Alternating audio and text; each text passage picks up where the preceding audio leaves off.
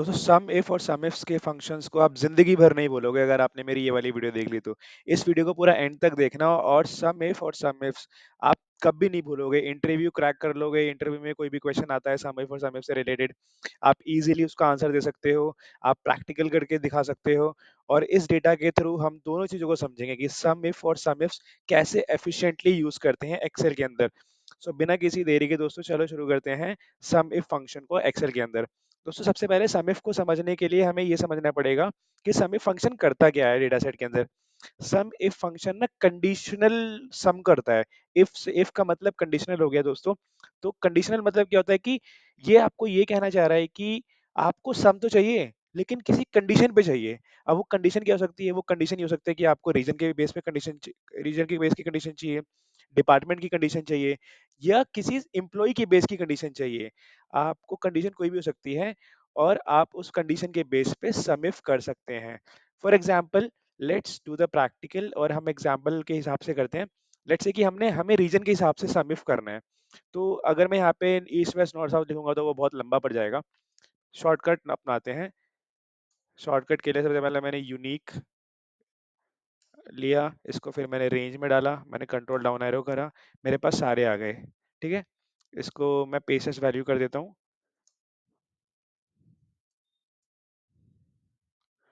सबको मैंने सेलेक्ट करा, कंट्रोल सी करा, कंट्रोल वी करा, और मैंने 1 2 3 पे क्लिक कर दिया। ठीक है, अब ये पेसेस वैल्यू हो गया। देखो इसमें अब यूनिक फंक्शन काम नहीं कर रहा है। इसके बाद अब मेरे को कोई कहता है कि भाई इन सारे रीजन की सेल्स बताओ, तो मैं क्या करूंगा? मैं सेल्स बाय रीजन, और मैं यहाँ पे समी फंक्शन का यूज करूंगा। अब समी फंक्शन के लिए यूज करने के लिए सबसे पहले क्या करते हैं दोस्तों? सबसे पहले हम इक्वल टू साइन लगाएंगे। एज यू नो एक्सेल में बिना इक्वल टू के काम नहीं चलता। SUMIF sum if. जैसे मैं पहले कह रहा था कि बिना कुछ करे आप इसी में समझ जाओगे कि आपको करना क्या है। बहुत ही इजी है। टैब करा, सबसे सबसे पहले ये कह रहे हैं कि भाई रेंज सेलेक्ट कर लो। ठीक है ना? रेंज क्या है मेरी? मेरी रेंज है, मेरे को रीजन के हिसाब से देखना है। ठीक है, मैंने रीजन सेलेक्ट कर लिया। उसके बाद मैंने ये मेरे को बोला कि तुम्हारा क्राइटेरिया क्या है। मैंने क्राइटेरिया कह दिया ये है मेरा क्राइटेरिया, मेरे को ईस्ट की सेल बताओ। फिर वो कह रहे हैं कि तुम्हें सम रेंज कहाँ, मतलब किसका तुम्हें रेंज सम करना है। तो मैंने कह दिया मेरे को इसका रेंज सम करना है, और फिर मैंने इसको बंद कर दिया।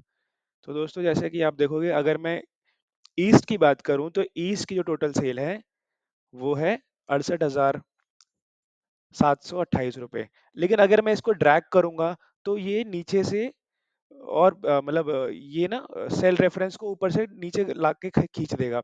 इसके लिए मुझे क्या करना पड़ेगा? मुझे इनको लॉक करना पड़ेगा, बट मैं इस वैल्यू को लॉक नहीं करूंगा, C1 को। क्यों?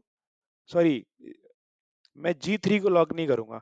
क्यों? क्योंकि मैं चाहता हूँ G3 भी ड्रैग हो जब मैं फॉर्मूला ड्रैग करूं। लेकिन मैं चाहता हूँ कि C1 को मैं एब्सोल्यूट लॉक कर दूं, और फिर मैं C51 को भी कर दूं, क्योंकि इसके नीचे कोई डेटा है नहीं मेरे पास।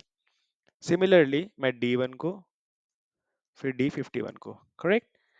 Let's now copy this formula and paste this formula. So आपको हमारे पास सारी रीजन की सेल आ गई। अभी मैं इसको टोटल कर लेता हूँ ताकि हमें पता चल जाए कि हमारा फॉर्मूला सही है कि नहीं है। सो यहाँ पे हमारा 292,261 आ रहा है। अब मैं यहाँ पे भी एक बार चेक कर लेता हूँ कि क्या हमारा फॉर्मूला रीजन के हिसाब से सही काम कर रहा है कि नहीं। वैसे चेक करने की जरूरत नहीं है, बट फिर भी क्योंकि मैं यहाँ पे प्रैक्टिकल करके दिखा रहा हूँ, तो सर ये सेम है। अब मेरे को लेट्स से कि मेरे को मेरे सीनियर का कॉल आता है, और वो मेरे को कहता है कि रवि मेरे को रीजन के हिसाब से तो आपने बता दिया भाई, ठीक है। अब मेरे को ना एक काम करो, आप मेरे को ना बताओ कि रीजन में डिपार्टमेंट वाइज किसने किसने क्या क्या सेल करी है। तो मैं कहता हूँ ठीक है जी, आपको जैसे जैसे चाहिए मैं आपको बना के भेज देता हूँ। तो यहाँ पे अगेन हम क्या करेंगे, हम यहाँ पे डेटा वैलिडेशन लगा देंगे। क्योंकि इतने सारे डिपार्टमेंट का अगर मेरे को डिपार्टमेंट और रीजन वाइज बनाना होगा समिफ सेल्स का, तो मैं समिफ का यूज नहीं करूंगा। फिर मैं यहाँ पे पिवट टेबल का यूज करूंगा। ठीक है, पिवट टेबल कभी और समझेंगे, बट यहाँ पे मैं आपको ना इसका एक मजेदार ऑप्शन दिखाता हूँ, ताकि आपको इसको करने में थोड़ा सा मजा आए। इसको पहले मैं लिस्ट में कन्वर्ट कर देता हूँ, ताकि जैसे मेरा बॉस बोलेगा ना कि हाँ भाई मेरे को ये बता वो बता, तो मैं फटाफट फटाफट बता दूंगा। सबसे पहले मैं एक एम्प्लॉय का वैलिडेशन लगाता हूँ। और मैं इसको यहाँ पे डाल देता हूँ।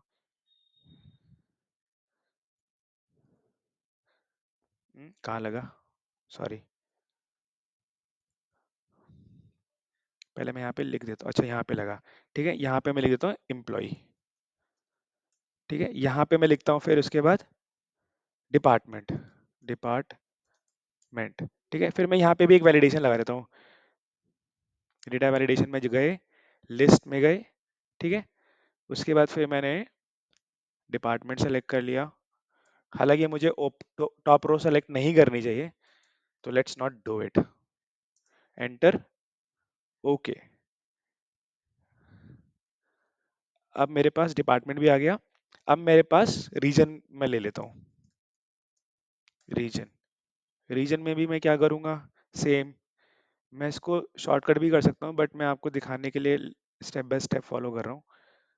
जब मेरी वीडियो थोड़ी सी पुरानी हो जाएंगी, तो मैं उसको ऑल्ट की से सारा करा करूँगा, ताकि आपको समझ में आ जाए कि मैं क्या कर रहा हूँ। अभी मैं ज़्यादा तूफानी कुछ करना नहीं चाहता। ठीक है, ये मेरे पास एम्प्लॉय आ गए, ये मेरे पास डिपार्टमेंट आ गया, ये मेरे पास रीजन आ गया। अब यहाँ पे सम इफ फंक्शन का यूज होगा। अब वो मैं बताता हूँ कैसे। मैं ऊपर ले देता हूँ सम ifs. Okay.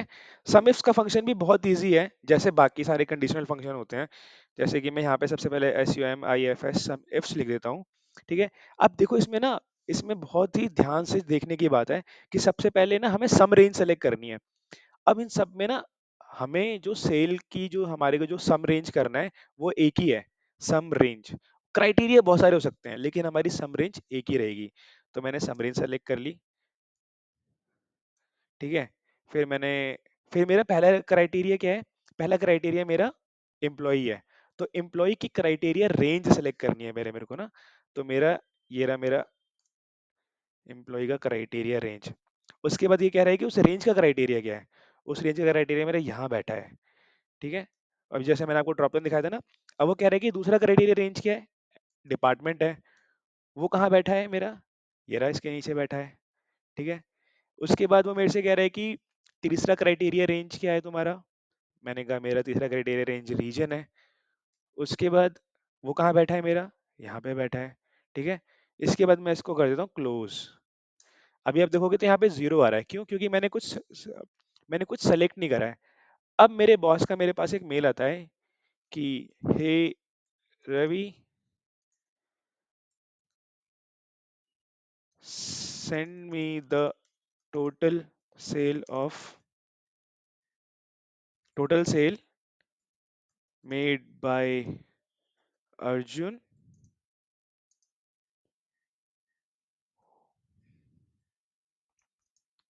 who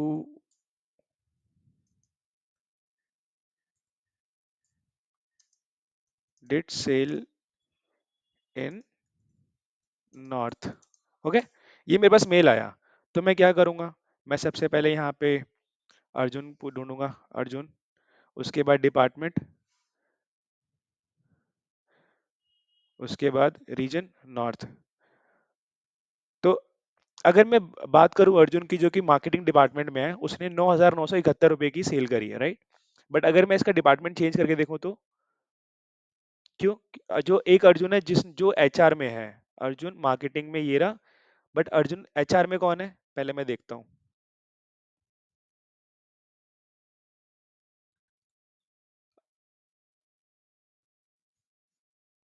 Arjun HR में 9611 की सेल करी है।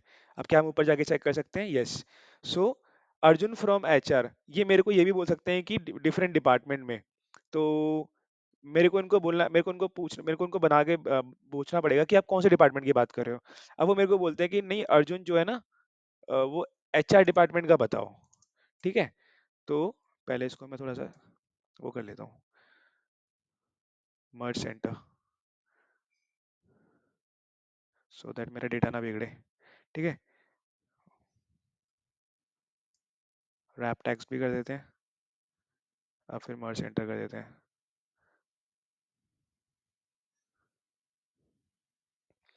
अब मेरे को बोलते हैं कि अच्छा, तो मैं बोलता हूँ कि उसने जो सेल करी है ना, वो करी है कितनी? 9611। ठीक है। अब मेरे पास एक एक और दूसरा वो आता है कि भाई send me the the sales made by Ravi who is in